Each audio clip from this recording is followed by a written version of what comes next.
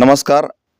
आज जिल्हा परिषद प्राथमिक शाळा भिसेवाडी, केंद्र लासूरगाव, तालुका वैजापूर, जिल्हा छत्रपती संभाजीनगर.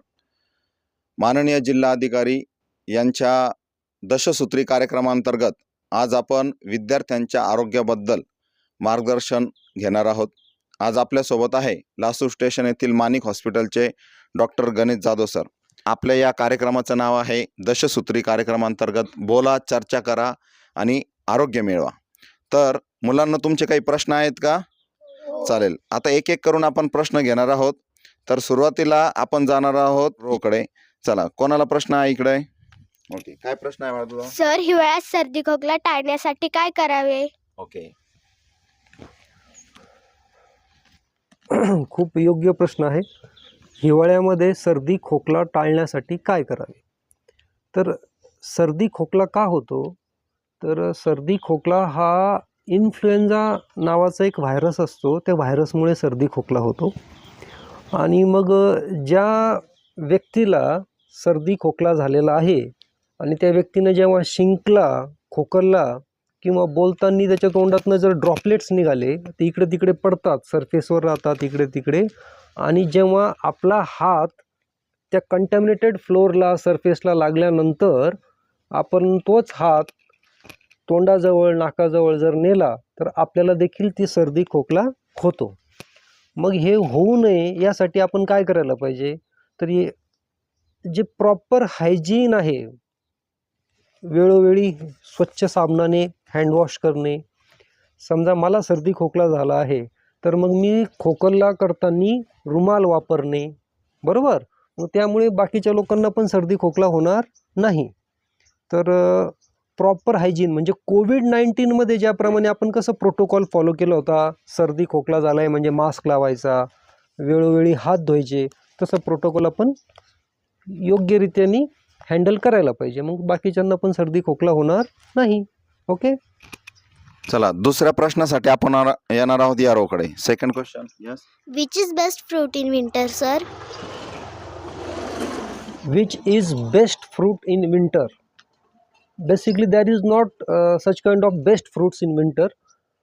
पण निसर्गाने आपल्याला ज्या ज्या सीझनमध्ये जे जे खाणं आवश्यक आहे ते निसर्गाने त्याची पूर्णपणे व्यवस्थितरित्या तयारी केलेली आहे. तर मग आता सर्दी, थंडी ह्या दिवसामध्ये आपल्याला मुबलक प्रमाणामध्ये कोणते फळं भेटतात? तर मोसंबी, संत्री, डाळिंब, पपई, हो ना. त्यानंतर आता आणखी थोड्या वेळानंतर चिक्कू तयार होतील, द्राक्षे तयार होतील, तर स्ट्रॉबेरी आहे. तर हे फळं आपण थंडीच्या दिवसामध्ये खायला पाहिजे. मग मोसंबी, संत्री यामध्ये आपल्याला काय भेटतं? व्हिटॅमिन सी, बरोबर. पपईमध्ये काय भेटतं? Vitamin A. त्यानंतर स्ट्रॉबेरीमध्ये काय भेटतं? खूप चांगल्या प्रकारचे पॉवरफुल अँटीऑक्सिडंट. आणि ह्या दिवसामध्ये आपल्याला आणखी एक चांगलं फळ भेटतं, त्याला आपण पेरू म्हणतो, इंग्लिशमध्ये गावा. पेरू माहिती आहे? पेरू व्हिटॅमिन सीचा सगळ्यात रिच सोर्स आहे आणि त्यामध्ये खूप जास्त प्रमाणामध्ये फायबर्स आहेत, जे फायबर्स आपल्या पचनक्रियासाठी खूप उपयुक्त असतात. तर हिवाळ्यामध्ये आपण कोणते फळं खायला पाहिजे? पपई, संत्री, मोसंबी, स्ट्रॉबेरी, पायनॅपल, है ना, आणि पेरू, हे चांगले फळं आहेत, हे आपण खायला पाहिजे. ओके, खूप छान सर. पुढच्या प्रश्नासाठी आपण येणार आहोत या रोडकडे. यस. सर, वजन का वाढते? वजन का वाढते? तू उभा राहा एक मिनिट. बघा सर, याच्याकडे बघा आणि यांनी बरोबर प्रश्न विचारला आहे, म्हणून तुम्ही त्याचं उत्तर त्याला योग्य द्यावं. वजन का वाढते हा प्रश्न फक्त आज ह्या विद्यार्थ्यांनी विचारला म्हणून नाही, पण संपूर्ण पृथ्वीतलावरती वजन का वाढते या संदर्भात खूप जास्त प्रमाणामध्ये रिसर्च चालू आहेत. आणि जे लोकांचं वजन जास्त आहे त्यांना पण खूप काळजी आहे की आपण आपलं वजन कसं कमी करावं. तर थोडंसं समजून सांगण्याचा मी प्रयत्न करतो की आपल्याला 24 तासामध्ये साधारणतः 2000 कॅलरीजची गरज असते. कॅलरीज म्हणजे आपल्याला ऊर्जा. आपण काम करतो, शाळेत येतो, अभ्यास करतो, वाचन करतो, त्यासाठी आपल्याला काय लागते? ऊर्जा, एनर्जी लागते, बरोबर. मग साधारणतः 2000 कॅलरीजची आपल्याला गरज आहे. मग 2000 कॅलरीजचं आपण सेवन करायला पाहिजे आणि तेवढी खर्च पण करायला पाहिजे. तर यात काय होतं, आपण आत्ताचं जे आपला आहार आहे त्या आहारामध्ये आपण खूप जास्त प्रमाणामध्ये गोड खायला लागलो आहे. साखरेचं प्रमाण जास्त आहे. त्यात आपण चपाती जास्त प्रमाणात खातोय, पोळी खातोय की नाही आपण सर्व. मग त्या पोळीमुळे काय होतं, आपल्या शरीरातली ग्लायसेमिक इंडेक्स म्हणजे शुगरचं प्रमाण खूप जास्त वाढतं. आणि चपातीमधनं पोळीमधनं आपल्याला काय भेटतं, फक्त कार्बोहायड्रेट्स म्हणजे कॅलरीज भेटतात. आपल्या शरीराला गरज असते न्यूट्रियंट्स, व्हिटॅमिन्स, अँटीऑक्सिडंट, चांगल्या प्रकारचे फॅट, चांगल्या प्रकारचे प्रोटीन. पण पोळीमधनं जास्त काय भेटतं आपल्याला, कार्बोहायड्रेट्स. आणि पोळीमध्ये आणखी एक महत्त्वाचा घटक असतो ग्लुटेन.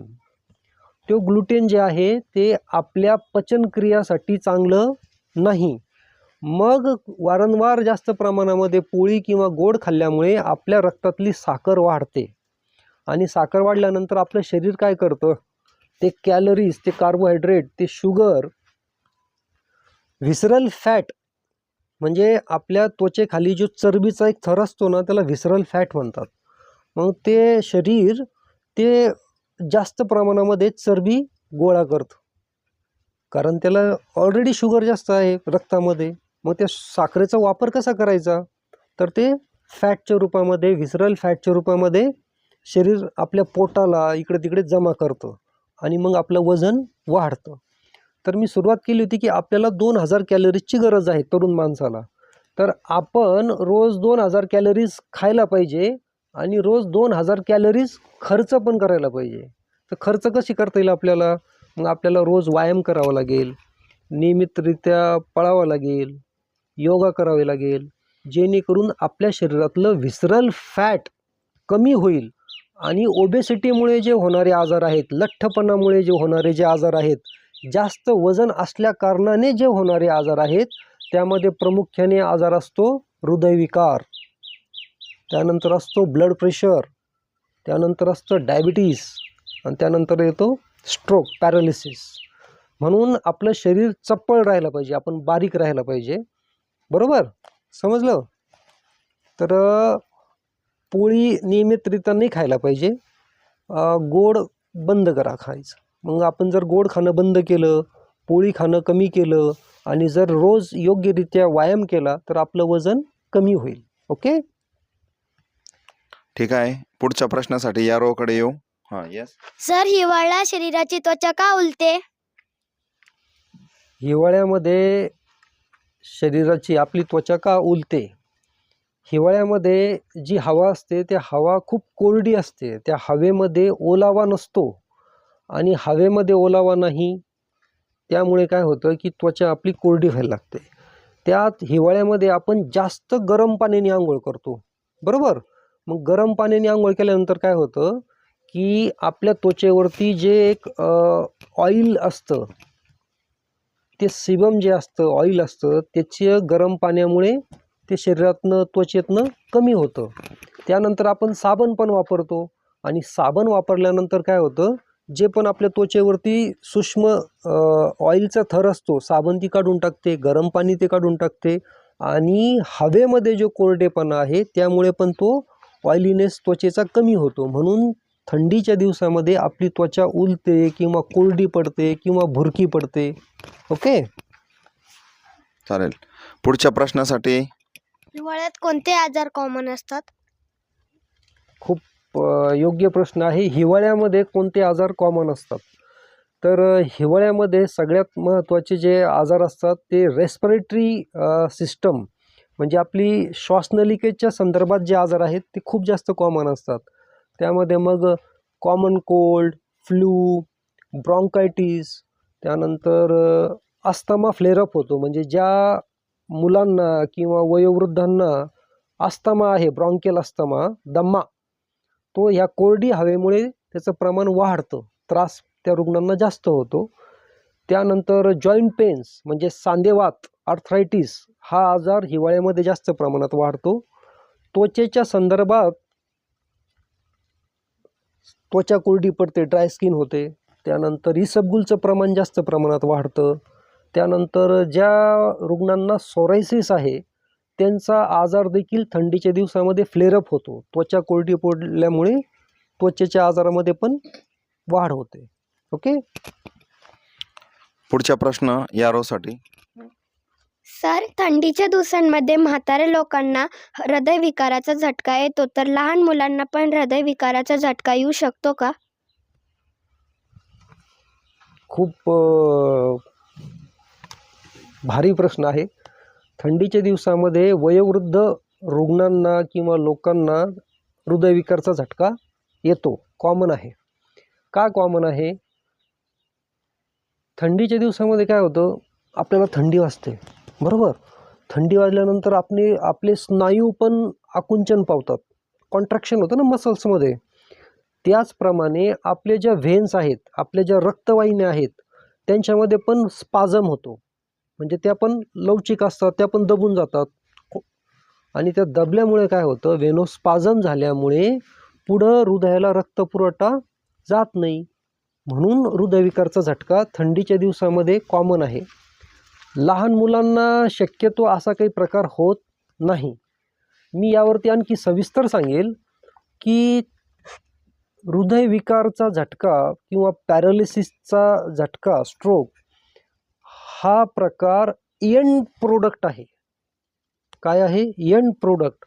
म्हणजे आपली जीवनशैली, आपण काय खातो, कसं राहतो, किती शरीराची काळजी घेतो, कशा प्रकारचा व्यायाम करतो, याचा एंड प्रोडक्ट म्हणजे आपल्याला होणारे आजार. ओके. म्हणून आपण योग्यरित्या आहार घ्यायला पाहिजे. थंडीच्या दिवसामध्ये हार्ट अटॅक येऊ नये, वयोवृद्ध लोकांना असा त्रास होऊ नये म्हणून त्यांनी आपले जे फॅमिली डॉक्टर्स आहेत त्यांना योग्य वेळी तपासणी करायची असते, रेग्युलर तपासणी करायची असते आणि थंडीपासून आपण काळजी घ्यायला पाहिजे. ओके. चला पुढचा प्रश्न. यस. सर, ठंडी के दिनों में कौन सा व्यायाम करना चाहिए? थंडी के दिनों में कौन सा व्यायाम करना चाहिए? थंडीच्या दिवसामध्ये काय असतं की आपण खूप जास्त इनडोअर राहतो, म्हणजे घरातच जास्त राहतो. आणि घरात राहिल्यामुळे मग काय होतं की आपली फिजिकल ॲक्टिव्हिटी कमी होते. फिजिकल ॲक्टिव्हिटी कमी झाल्यामुळे आपल्या शरीरातला रक्तपुरवठा पण कमी होतो इकडं तिकडे, बरोबर. म्हणून आपण घरातल्या घरात देखील सूर्यनमस्कार किंवा मग जम्पिंग जॅक, ती एक्सरसाइज, किंवा मग लॉन्चेस, किंवा मग स्क्वॉट्स, साध्या भाषेत उठक बैठक मारायची, सूर्यनमस्कार मारायचे आणि आपल्याला घाम येईल असा आपण घरातल्या घरात व्यायाम करायला पाहिजे. ओके. Next question. सर, हिवाळ्यामध्ये विटॅमिन डी ची कमतरता सामान्य असते, ती पूर्ण करण्यासाठी किती वेळ उन्हात बसले पाहिजे? जनरली जे ऑफिशियल काम करणारे आपल्या भारतामध्ये जे लोक आहेत, ह्या बऱ्यापैकी लोकांना व्हिटॅमिन डीची कमतरता आहे. म्हणजे मी माझंच रुटीन चेकअप केलं होतं, त्यामध्ये सुद्धा माझ्यामध्ये सुद्धा व्हिटॅमिन डीची कमतरता सापडली. म्हणून आपण रोज 1 तास तरी आउटडोअर ॲक्टिव्हिटी करायला पाहिजे. 1 तास तरी आपण उन्हामध्ये राहायला पाहिजे, खेळायला पाहिजे. मग आपण जर सातत्याने रोज 1 तास उन्हामध्ये राहत आहे, हिवाळ्यामध्ये पण, तर आपल्याला व्हिटॅमिन डीची कमतरता होणार नाही. 1 तास राहायला पाहिजे उन्हामध्ये. ओके. नेक्स्ट क्वेश्चन या रोसाठी. सर, थंडीमुळे आपण पाणी कमी पितो असे मला वाटते, तर थंडीच्या दिवसात आपण पाणी किती पिले पाहिजे? खूप परफेक्ट प्रश्न आहे. थंडीच्या दिवसामध्ये आपण पाणी कमी पितो, पण ज्यांना मूतखडा, रिनल स्टोन होणार आहे ना, तर त्याची सुरुवात थंडीच्या दिवसापासूनच होते. थंडीच्या दिवसामध्ये ते मुलं, माणसं पाणी कमी पितात. मग शरीरामध्ये कॅल्शियम ऑक्झलेट नावाचा एक घटक असतो, तो किडनीच्या युरेटरमध्ये, ब्लॅडरमध्ये तयार होतो. आपण पाणी कमी पितो आणि मग आपल्याला भविष्यात मूतखडे होतात. तर याचं किती पाणी प्यायला पाहिजे हा जो प्रश्न आहे, तर आपल्याला होणारी जी लघवी आहे तिचा स्मेल येऊ नये, अमोनियासारखा स्मेल यायला नाही पाहिजे. आपल्या लघवीचा कलर पाण्यासारखा असायला पाहिजे, बरोबर. आपण लघवी केल्यानंतर आपल्याला आपल्याच लघवीचा जर वास येत असेल तर समजायचं आपलं डिहायड्रेशन झालेलं आहे, ती युरिन कॉन्सन्ट्रेटेड आहे, तर आपण पाणी जास्त प्यायला पाहिजे. तर दिवसातनं आपल्याला 4 ते 5 वेळेला पाण्यासारखी लघवी होते, म्हणजे आपल्या शरीरामध्ये पाण्याचं प्रमाण योग्य आहे. तुमच्या वयोगटामध्ये साधारणतः 2.5 ते 3 लिटर पाणी 24 तासात प्यायला पाहिजे. किती? 2.5 ते 3 लिटर पाणी प्यायला पाहिजे. ओके. यारोसाठी पुढचा प्रश्न आहे. हां शंभू. सर थंडीच्या दिवसात कोणत्या आहाराचा समावेश करावा? थंडीच्या दिवसामध्ये आपल्या शरीराला देखील खूप जास्त मशागत करावी लागते, कारण बाहेरचं तापमान कमी आहे, आपल्याला त्या तापमानाशी ॲडजस्ट करायचं आहे, म्हणजे ऊर्जा आपल्याला जास्त लागते. तर थंडीच्या दिवसामध्ये आपल्या भागामध्ये तरी आपण मेथीचे लाडू खातो. त्या मेथीच्या लाडूमध्ये बऱ्यापैकी सायंटिफिक इन्ग्रेडियंट्स आहेत, न्यूट्रियंट्स आहेत. मग त्यामध्ये काय आहे? मेथीच्या लाडूमध्ये गूळ टाकण्यात येतो, खारीक खोबरं असतं, डिंक असतं, बरोबर. हे आपल्या शरीराला ऊर्जा देतात, उष्णता देतात. बाजरीची भाकर आपण खायला पाहिजे थंडीच्या दिवसामध्ये. त्यानंतर अंडे खायला पाहिजे, मासे खायला पाहिजे. हा आहार आपण थंडीच्या दिवसामध्ये घ्यायला पाहिजे. ओके. पुढचा प्रश्न यारोसाठी. सर हिवाळ्यात केस कोरडे आणि निस्तेज होतात, म्हणून केसांचे आरोग्य राखण्यासाठी कोणत्या प्रकारचे तेल वापरायला पाहिजे? प्रियंशुनी हा प्रश्न तिच्या केसासंदर्भातच विचारलेला आहे असं मला वाटतं सर. थोडक्यात फ्रीमध्ये आपल्याकडून आम्ही ट्रीटमेंट घेत आहोत. थंडीच्या दिवसामध्ये केस पण कोरडे पडतात, त्वचा पण कोरडी पडते, कारण त्याचं कारण आहे हवेमध्ये असलेला कोरडेपणा. त्यात आपण खूप जास्त गरम पाणी वापरतो आंघोळ करायला. मग गरम पाण्याने केस धुतल्यानंतर केसामधला पण जो ओलावा आहे, आपल्या स्काल्पमधला पण जे मॉइश्चरायझिंग फॅक्टर्स आहेत ते पण गरम पाण्यासोबत वाहून जातात. मग आपला स्काल्प पण कोरडा पडतो, केस पण कोरडे पडतात. तर आपण कोकोनट ऑइल जे आहे, कोकोनट ऑइल आपण रोज वापरायला पाहिजे. आणि शॅम्पूचा अतिरेक नको व्हायला. जास्त प्रमाणात जर आपण शॅम्पू वापरला तरी देखील आपले केस कोरडे पडतात. तर आपण चांगल्या प्रकारचं खोबऱ्याचं तेल वापरू शकतो, किंवा केसांसाठी चांगलं हेअर कंडिशनर आपण वापरू शकतो हिवाळ्यामध्ये. ओके. चालेल. पुढचा प्रश्न. हां यस. सर हिवाळ्यात काही लोक अंघोळ करत नाहीत असे मी ऐकले आहे, तर त्यांच्यासाठी काही उपाय सुचवा.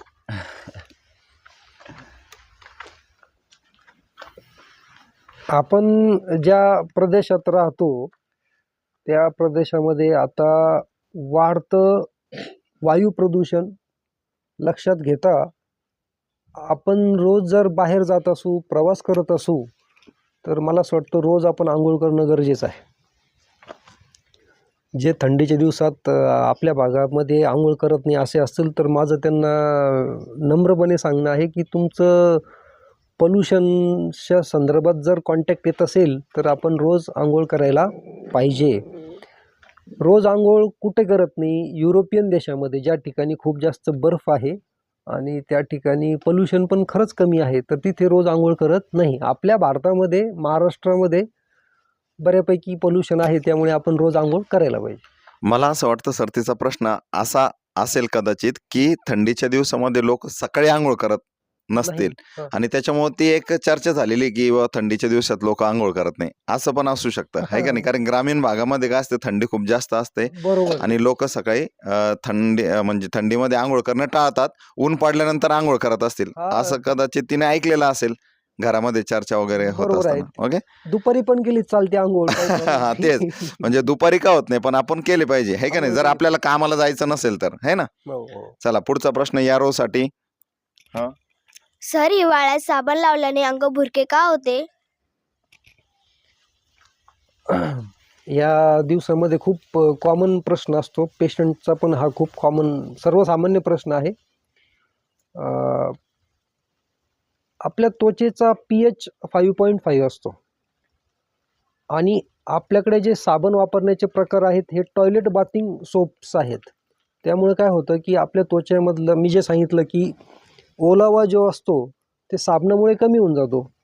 साबणामुळे त्वचेचा ओलावा कमी झाला की आपली त्वचा भुरकी पडायला लागते. म्हणून अशी साबण आपण हिवाळ्यात वापरायला पाहिजे ज्यामध्ये ॲलोवेरा आहे, व्हिटॅमिन ई आहे, कोकोनट ऑइल आहे, शी बटर आहे.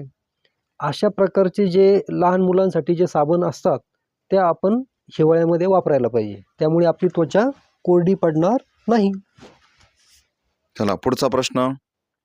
येस. सर मला रात्री शांत झोप लागत नाही, तर मला रात्री शांत झोप लागण्यासाठी काय करावे लागेल? कॉमन प्रश्न आहे. मला वाटतं आमच्या सर्वच विद्यार्थ्यांना कदाचित रात्री झोप लागत नसेल म्हणून त्यांनी प्रातिनिधिक स्वरूपात विचारलेलं आहे सर.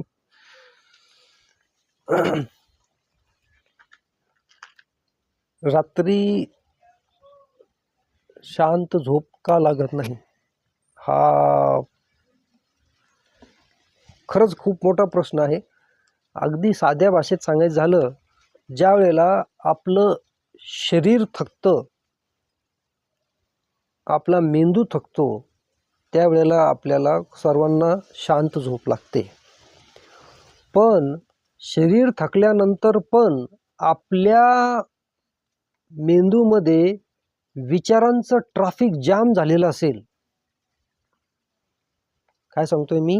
आपल्या मेंदूमध्ये, आपल्या मनामध्ये जर विचारांचं ट्रॅफिक जाम झालेलं असेल तर मग आपल्याला रात्री शांत झोप लागत नाही. मग त्यासाठी काय करायला पाहिजे? आपण संध्याकाळी 6च्या नंतर इलेक्ट्रॉनिक गॅजेट्स जे आहेत त्याचा वापर आपण टाळायला पाहिजे. म्हणजे आपण टी व्ही बघायचं नाही, मोबाईल हाताळायचा नाही, इंटरनेट वापरायचं नाही. संध्याकाळी आपण 7 वाजता पोटभर व्यवस्थित जेवण करायचं आणि मग आपल्याला व्यवस्थितरित्या झोप लागेल. एवढं होऊन पण विद्यार्थी दशेमध्ये जर शांत झोप लागत नसेल तर आपण गणिताचा अभ्यास करावा किंवा इंग्लिशचा अभ्यास करावा, जेणेकरून आपल्याला शांत झोप लागेल. वा वा, खूप छान पद्धतीने सरांनी उत्तर दिलेलं आहे बघा, की तुम्हाला जर शांत झोप लागायची असेल तर तुम्हाला त्यासाठी काय करावं लागणार आहे? गणिताचा किंवा इंग्रजीचा जास्त अभ्यास करावा लागणार आहे. आणि विचार म्हणजे झोपताना तरी विचार जे आपल्या डोक्यात असतात ते दूर केले पाहिजे, है ना. खूप छान प्रश्न आहे आणि त्याचं उत्तर देखील सरांनी खूप चांगल्या पद्धतीने दिलेलं आहे. पुढचा प्रश्न या रोसाठी. Okay, good. सर थंडीच्या दिवसात कोणते कपडे घालावे? थंडीच्या दिवसामध्ये थंडी वाजू नये म्हणून आपण फुल शर्ट, फुल पॅन्ट घालावे, सॉक्स वापरावे, शूज वापरावे. आपल्याला थंडी वाजत असेल तर आपण स्वेटर घालावे. ते जॅकेट असतं हुडी टाईप ते पण वापरावी, मफलर वापरावी, कानटोपी वापरावी. थंडीपासून आपण आपल्याला आपल्या शरीराची जशी काळजी घेता येईल त्या अनुषंगाने आपण काळजी घ्यायला पाहिजे, तसे आपण कपडे वापरायलाच पाहिजे. ओके, पुढचा प्रश्न अवनीशने पण हातवरती केलेला आहे. हां, आपल्याला आजार झाल्यावर आपण डॉक्टरांकडे जातो. डॉक्टर काही जणांना औषधं व काही जणांना इंजेक्शन व काही जणांना गोळ्या देतात. तर सगळ्यांना वेगवेगळं का देतात? खूप योग्य प्रश्न आहे. परफेक्ट प्रश्न आहे. काही जणांना गोळ्या, काही जणांना इंजेक्शन अशी वेगवेगळी ट्रीटमेंट देतात. आजार काय आहे, आजाराचं स्वरूप काय आहे, आजाराचं प्रोग्नोसिस काय असणार आहे, या अनुषंगाने प्रत्येक डॉक्टर आपल्या रुग्णाला ट्रीटमेंटचं एक शेड्यूल ठरवतो. आजार जर मध्यम स्वरूपाचा असेल तर त्यांना गोळ्या आणि औषधवरती पण ते बरे होतात. आजार जर व्हायरल इन्फेक्शन झालं असेल तर व्हायरल इन्फेक्शन 5, 6, 7 दिवसामध्ये कव्हर होतो, तर आपण त्याला सिम्पटमॅटिक ट्रीटमेंट देतो. जर आजार खूप जास्त प्रमाणामध्ये शरीरामध्ये भिनला असेल तर मग तशा रुग्णांना डॉक्टर आपल्या दवाखान्यामध्ये ॲडमिट करून त्यांना इंजेक्शन पण देतात, सलाईन पण देतात आणि त्यांना प्रॉपर 4-5 दिवसाची ट्रीटमेंट देतात. बरोबर. मग आपण आजारीच पडू नये. सलाईन घ्यायला आवडतं कोणाला? इंजेक्शन घ्यायला आवडतं कोणाला? गोळ्या खायला कोणाला आवडतं का? नाही. मग आपण आजारीच पडू नये यासाठी आपण आपल्या स्वतःची काळजी घ्यायला पाहिजे. Prevention is better than cure. बरोबर. जर आपण नियमितपणे 24 तासामध्ये तुमच्या वयोगटात 3 ते 4 लिटर पाणी पिलात, रोज एक गूळ शेंगदाण्याचा लाडू खाल्ला, रोज 1 ग्लास दूध पिलात, रोज 2 बॉईल अंडे खाल्लेत, रोज 2 टाईम वेळेवर पोटभर जेवण केलं, जेवणामध्ये जर आपण भरपूर प्रमाणामध्ये हिरव्या पालेभाज्या खाल्ल्या, मग हिरव्या पालेभाज्या काय की बरेच पालक म्हणतो बरेच छोट्या मुलांचे जे आमच्या दवाखान्यात येतात त्यांचे आईवडील सांगतात की आमचा मुलगा हिरव्या पालेभाज्या खात नाही. तर हिरव्या पालेभाज्या आपण आवर्जून खायला पाहिजे. त्यात काय खायला पाहिजे?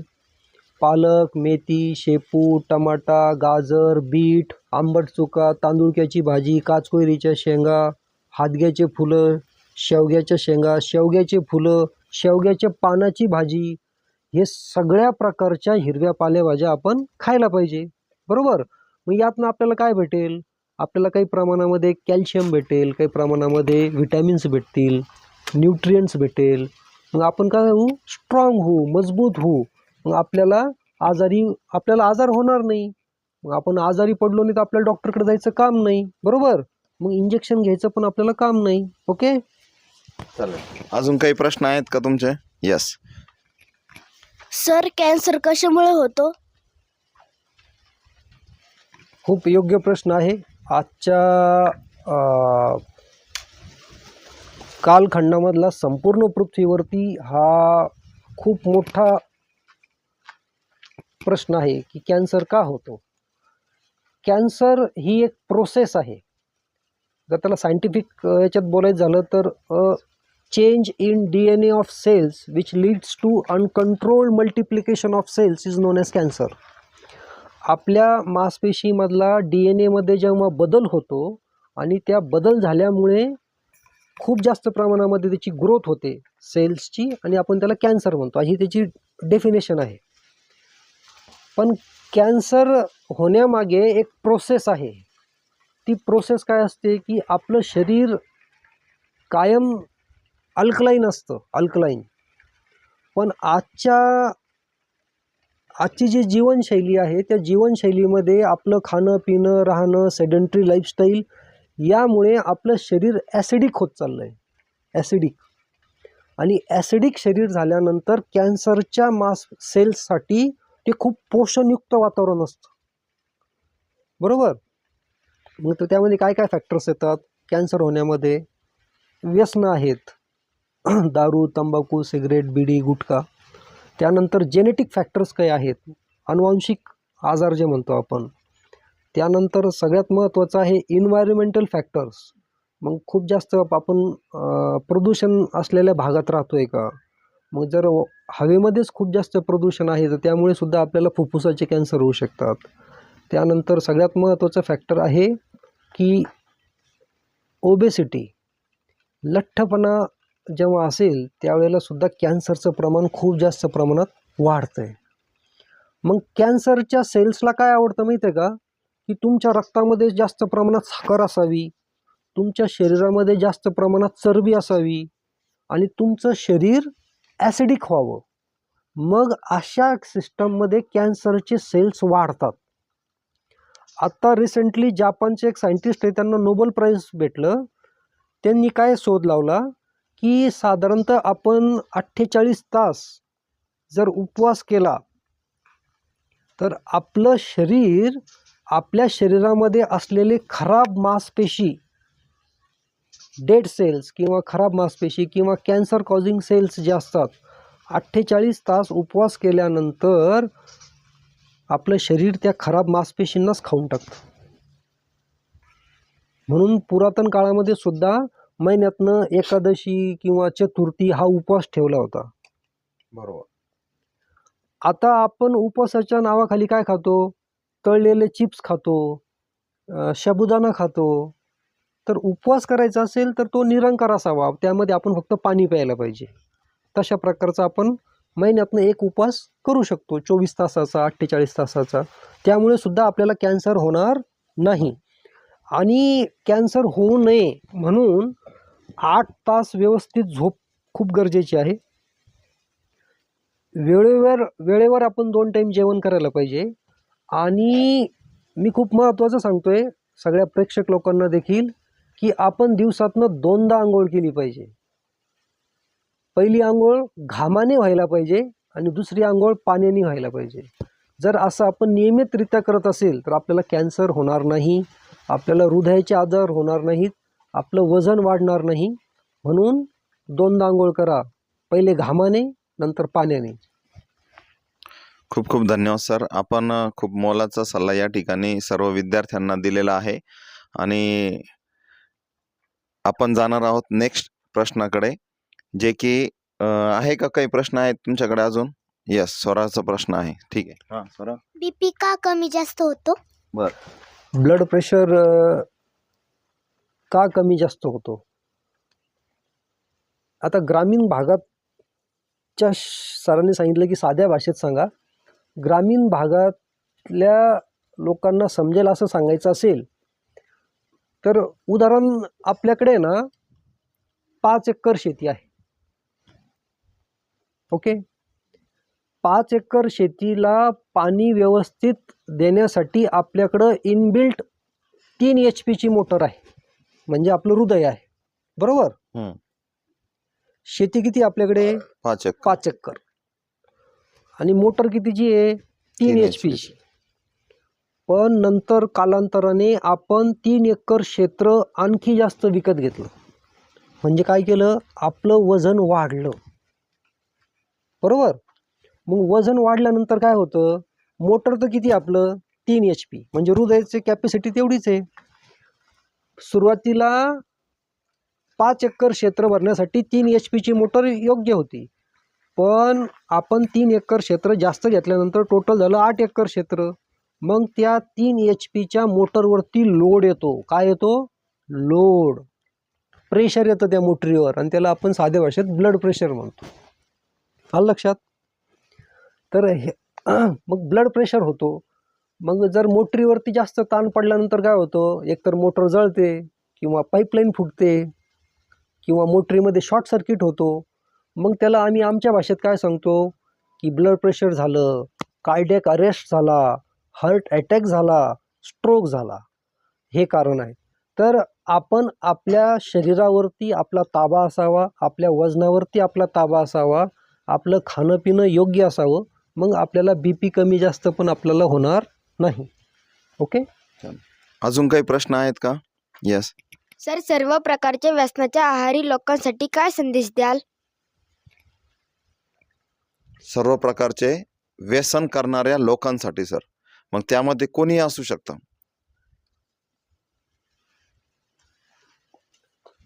व्यसन 2 प्रकारचे असतात. एक व्यसन असतं तंबाखू, बिडी, सिगारेट, दारू, गुटखा. याच्यामुळे तर आपल्याला सगळ्या प्रकारचे आजार होतात, हे सगळ्यांना माहिती आहे. दुसऱ्या टाईपचं जे व्यसन आहे त्यामध्ये कोणाला पैशाचं व्यसन आहे, कोणाला आपल्या रूपाचं व्यसन आहे, कोणाला आपल्या पावर पदाचं व्यसन आहे. हे 2 प्रकारचे व्यसन असतात. एक मटेरियलिस्टिक, एक नॉन मटेरियलिस्टिक. आणि ह्या दोन्ही प्रकारचे जे व्यसन आहेत हे त्या माणसासाठी घातक आहे. आपल्या शरीराची एक कॅपॅसिटी आहे, एक थ्रेशोल्ड लेवल आहे. तोपर्यंत आपलं शरीर कोणत्याही प्रकारचं व्यसन सहन करू शकतं. जेव्हा ते थ्रेशोल्ड लेवल शरीराच्या कॅपॅसिटीच्या पलीकडे गेलं तर शरीर त्या व्यसनामुळे आपल्याला वेगवेगळ्या प्रकारचे आजार देतं, किंवा मग त्याची आपल्याला लक्षणं जाणवतात. तर माझा विद्यार्थ्यांना पण, सर्व पालकांना पण हा नम्रपणे विनंती आहे की व्यसन करायलाच नाही पाहिजे.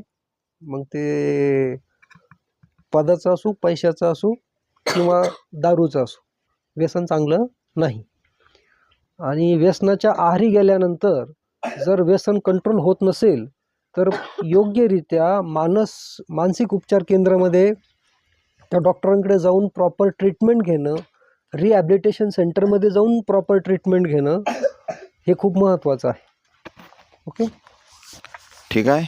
तर अशा प्रकारे आज आपल्यासोबत होते डॉक्टर गणेश जाधव सर, जे की लासू स्टेशन येथून आलेले आहेत. आणि त्यांचं खूप मोठं एक स्किनशी रिलेटेड क्लिनिक आहे, आणि त्या ठिकाणी ते पेशंट, रुग्ण जे असतील त्यांची सेवा करत असतात.